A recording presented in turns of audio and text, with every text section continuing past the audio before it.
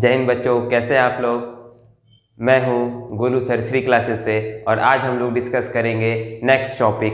तो आज का हमारा टॉपिक है विद्युत फ्लक्स, इलेक्ट्रिक फ्लक्स के बारे में। तो आज हम लोग इलेक्ट्रिक फ्लक्स के बारे में जानेंगे। पिछले लेक्चर्स में हम लोग इलेक्ट्रिक फील्ड लाइंस है ना, उसके बाद इलेक्ट्रिक चार्ज, इन सब के बारे में जाने हैं, ठीक है। और आज हम लोग जानेंगे विद्युत फ्लक्स के बारे में, इलेक्ट्रिक फ्लक्स के बारे में। यदि आप लोगों ने ये आज हमारा जो लेक्चर है, तो इसके पहले का लेक्चर यदि आप लोगों ने नहीं देखा है तो जरूर आप चैनल पे जाएं, प्लेलिस्ट पूरा बना हुआ है। नीचे डिस्क्रिप्शन में भी, इस वीडियो के डिस्क्रिप्शन में भी लिंक दिए गए हैं, ठीक है। तो आप लोग पीछे के वीडियोस भी जरूर देख लीजिए ताकि आपके पीछे के जो कॉन्सेप्ट्स हैं जो छूट गए हैं वो भी कंप्लीट हो जाए, ठीक है। चलिए चालू करते हैं आज का जो हमारा टॉपिक है। तो आज का टॉपिक है विद्युत फ्लक्स, इलेक्ट्रिक फ्लक्स, ठीक है। तो इलेक्ट्रिक फ्लक्स क्या होता है, विद्युत फ्लक्स क्या होता है बच्चों, तो ध्यान देंगे। मान लीजिए कि हम लोग विद्युत क्षेत्र पढ़े हैं, ठीक है। तो विद्युत क्षेत्र के किसी काल्पनिक पृष्ठ में, है ना, या विद्युत क्षेत्र के किसी काल्पनिक पृष्ठ से, है ना, गुजरने वाली कुल विद्युत क्षेत्र रेखाओं की संख्या को हम लोग विद्युत फ्लक्स कहते हैं, है ना। एक बात ध्यान देंगे कि विद्युत फ्लक्स है क्या।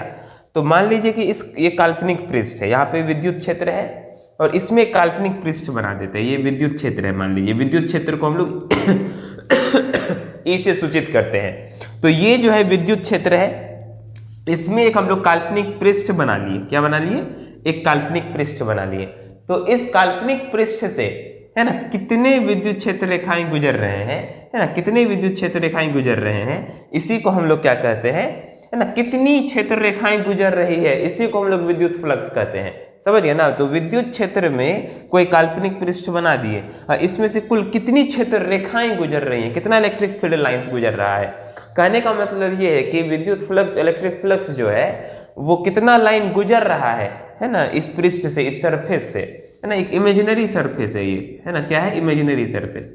तो इस इमेजिनरी सरफेस से कितना फील्ड लाइंस गुजर रहा है ना, इस इमेजिनरी सरफेस से कितना फील्ड लाइंस गुजर रहा है, इसी को हम लोग विद्युत फ्लक्स कहते हैं, इलेक्ट्रिक फ्लक्स कहते हैं, ठीक है ना।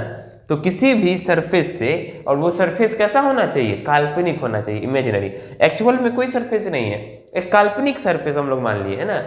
विद्युत, मान लीजिए कि यहीं पर जो मेरे सामने जो है पूरा विद्युत क्षेत्र फैला हुआ है, तो इसी में काल्पनिक पृष्ठ बना लेंगे और इस पृष्ठ से कितना रेखा गुजर रहा है, इसी को हम लोग क्या बोल देंगे, इसी को हम लोग बोलते हैं विद्युत फ्लक्स। तो विद्युत फ्लक्स जो है ये एक तरह से विद्युत क्षेत्र रेखाओं की संख्या को बताता है, संख्या को बताता है। ये क्या बताता है, संख्या को, है ना, कि किसी भी, है ना, पृष्ठ से कितनी क्षेत्र रेखाएं गुजर रही है, इसी को बताता है विद्युत फ्लक्स, इलेक्ट्रिक फ्लक्स बताता है, ठीक है। तो इसकी परिभाषा को आप लोग अच्छे से अपने कॉपी में लिख लीजिए, है ना। विद्युत क्षेत्र में स्थित किसी काल्पनिक पृष्ठ से, है ना, कहां पे पृष्ठ बनाना है, काल्पनिक पृष्ठ कहां बनाना है, विद्युत क्षेत्र में। तो विद्युत क्षेत्र में, है ना, विद्युत क्षेत्र में स्थित काल्पनिक पृष्ठ, पृष्ठ कैसा बनाएंगे, काल्पनिक पृष्ठ, ठीक है। तो विद्युत क्षेत्र में स्थित किसी काल्पनिक पृष्ठ, है ना, विद्युत क्षेत्र में कैसा पृष्ठ बनाएंगे, काल्पनिक पृष्ठ। तो विद्युत क्षेत्र में स्थित किसी काल्पनिक पृष्ठ से गुजरने वाली विद्युत क्षेत्र रेखाओं की संख्या, यहाँ संख्या शब्द महत्वपूर्ण है ना। इस पृष्ठ से होकर के, है ना, कितनी विद्युत क्षेत्र रेखाएं गुजर रही है, इसकी संख्या को, इसके नंबर को हम लोग विद्युत फ्लक्स कहेंगे, ठीक है।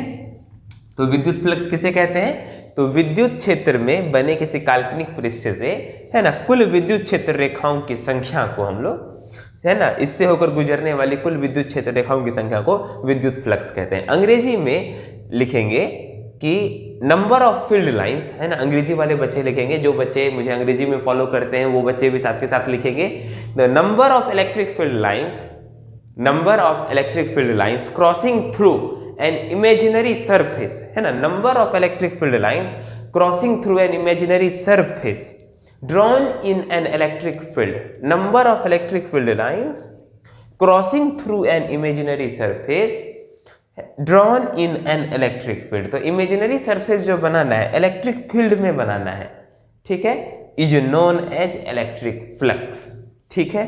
अब आगे देखते हैं इसका फॉर्मूला क्या है।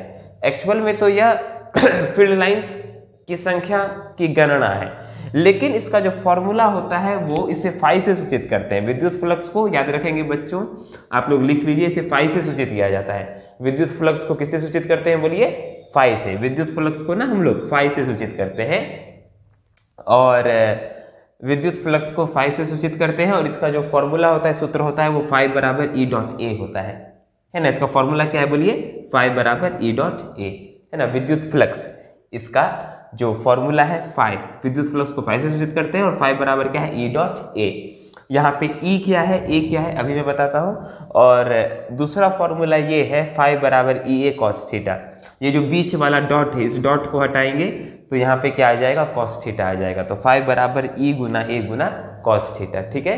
तो फाई बराबर ई डॉट ए, ये फॉर्मूला भी लिख लेंगे, एक नंबर फॉर्मूला ये है, और दूसरा फॉर्मूला ये भी लिख लेंगे, फाई बराबर ई ए कॉस थीटा, ठीक है। अब यहाँ पे ई क्या है, ए क्या है, कॉस थीटा क्या है, वो देख लेते हैं। फाई तो यहाँ पे इलेक्ट्रिक फ्लक्स है, विद्युत फ्लक्स है। यहाँ ई जो है यह विद्युत क्षेत्र है, इलेक्ट्रिक फील्ड है, ठीक है। ई क्या है? इलेक्ट्रिक फील्ड है, विद्युत क्षेत्र है। ए क्या है? ए एरिया है या क्षेत्रफल है। तो अंग्रेजी वाले बच्चे जो हैं वो भी उनको भी निराश नहीं होना है, उनके लिए भी जो है लगातार मैं अंग्रेजी के शब्दों का प्रयोग कर रहा हूँ, ठीक है। तो आप सभी लोग बच्चे जो हैं, अंग्रेजी वाले जो बच्चे हैं, ये भी अच्छे से समझ सकते हैं। आप सभी बहुत प्रिय बच्चे हैं। और ए जो है एरिया है, एरिया को हम लोग क्षेत्रफल कहते हैं। और थीटा जो है ना, तो थीटा जो है ये एंगल है, किसके किसके बीच है ना? ई और ए के बीच का एंगल है, समझ गए। क्षेत्रफल और ये जो इलेक्ट्रिक फील्ड है, विद्युत क्षेत्र, इसके बीच का कोण है, ठीक है। तो थीटा क्या है? कोण है, यह एंगल है। थीटा जो है ये कोण है, एंगल है, ठीक है ना। थीटा क्या है? एंगल है, कोण है, किसके बीच का? ई और ए के बीच का कोण है, एंगल है, ठीक है। थीटा क्या है? ई और ए के बीच का क्या है? एंगल है, कोण है, ठीक है। कहीं कोई दिक्कत नहीं है। अब इसके बाद जो है हम लोग देखेंगे इसके बाद आगे हम लोग देखते हैं, ठीक है। तो अब देखिए ये थीटा जो है किस प्रकार से हम लोग बना सकते हैं ना, थीटा किस प्रकार से एंगल है, इसको हम लोग देख लेते हैं। अगर मान लीजिए कि ये जो सरफेस है, इसको थोड़ा टेढ़ा बना लेते हैं, ठीक है। ये सरफेस को हम लोग क्या बना लेते हैं? थोड़ा टेढ़ा बना लेते हैं। मान लीजिए कुछ इस प्रकार से सरफेस हो, ठीक है। सरफेस सीधा नहीं है, ये थोड़ा टेढ़ा बना लिए। तो क्षेत्रफल जो होता है, क्षेत्रफल की दिशा किधर होती है? देखिए यहाँ पे हम ई के ऊपर भी तीर बनाए हैं, ए के ऊपर भी तीर बनाए हैं। इसका मतलब जिसके ऊपर तीर बनाते हैं उसका दिशा होता है, वह एक सदिश राशि हो जाता है। जिसके ऊपर तीर बना देते हैं वो क्या हो जाता है? सदिश राशि हो जाता है। जिसके ऊपर तीर बनाते हैं वो सदिश राशि हो जाता है। इसका मतलब यहाँ ई भी जो है ये सदिश राशि हो गया, और जो ए है ये भी क्या हो गया? सदिश राशि हो गया। तो यहाँ ई भी हो गया सदिश राशि, और ए जो है ए भी क्या हो गया? सदिश राशि हो गया। समझ गया कि नहीं? तो यहाँ ई भी सदिश राशि और ए भी क्या है? सदिश राशि है, ध्यान देंगे। तो यहाँ पे ई का दिशा क्या होगा और ए का दिशा क्या होगा? तो ई का दिशा जो है,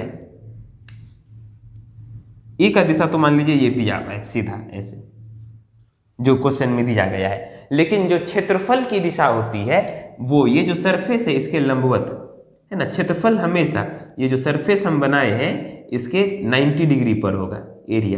एरिया वेक्टर जो होगा वो ये जो सरफेस बनाए, जो पृष्ठ बनाए हैं, इसके 90 डिग्री पर होगा, समझ गए। और इसका जो ई है उसका दिशा तो इधर है, ठीक है। तो जो थीटा हो गया वो ई और ए के बीच जो दिशा है वो होता है। ई और ए के बीच जो दिशा है इसी को हम लोग क्या कहते हैं?